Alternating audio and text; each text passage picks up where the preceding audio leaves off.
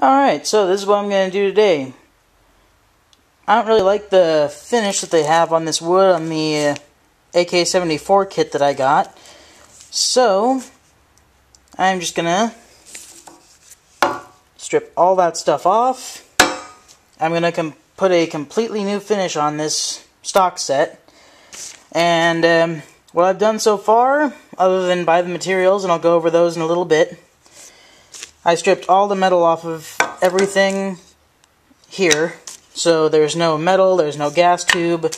The only thing that's still metal on this entire stock set is a little spring that's in the buttstock for the cleaning kit that I didn't want to fish out of there, and it's not really going to be where I'm going to be putting varnish or color anyway. So I just figured I'd leave it in there, not going to get in the way of anything. And so what I'm going to try and do today is show you my process for this. There's a lot of different videos of stuff like this on YouTube, but with me I'm going to be doing it with a different color. I'm trying to get the Russian red color stock set, and this is a Bulgarian kit, so I'm just going to go over here to my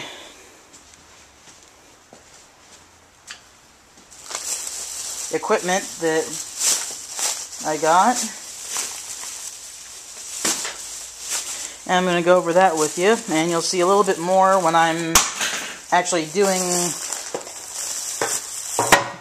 everything. But this will give you an idea on about how much it'll cost to get everything started to refinish your wood set or anything else that you might be looking to do.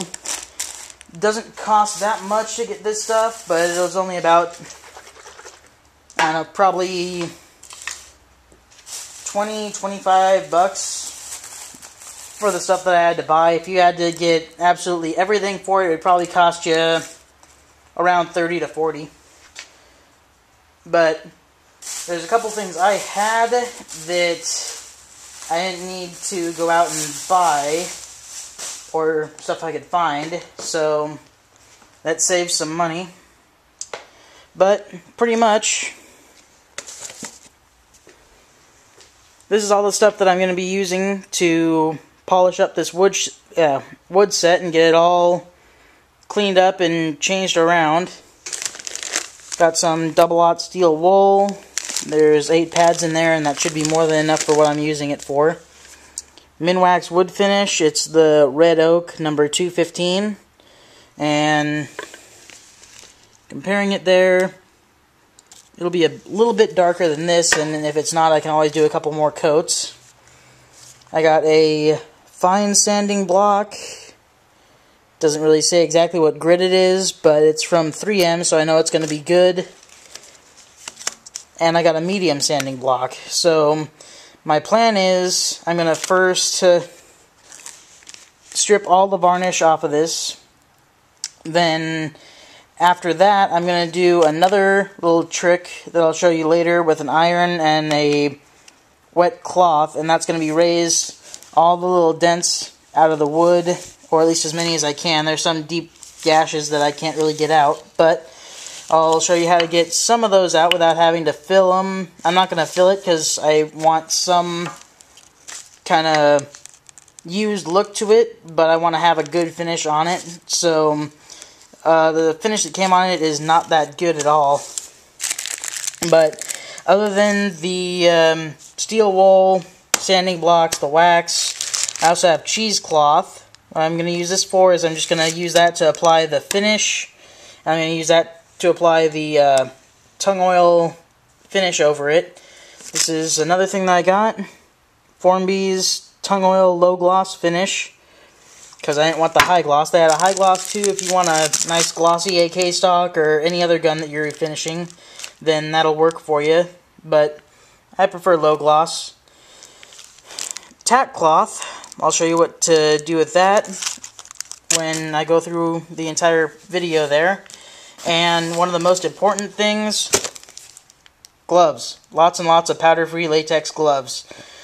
These come in really handy for a lot of stuff that I do in the shop, and It's pretty cheap, and these are the good ones.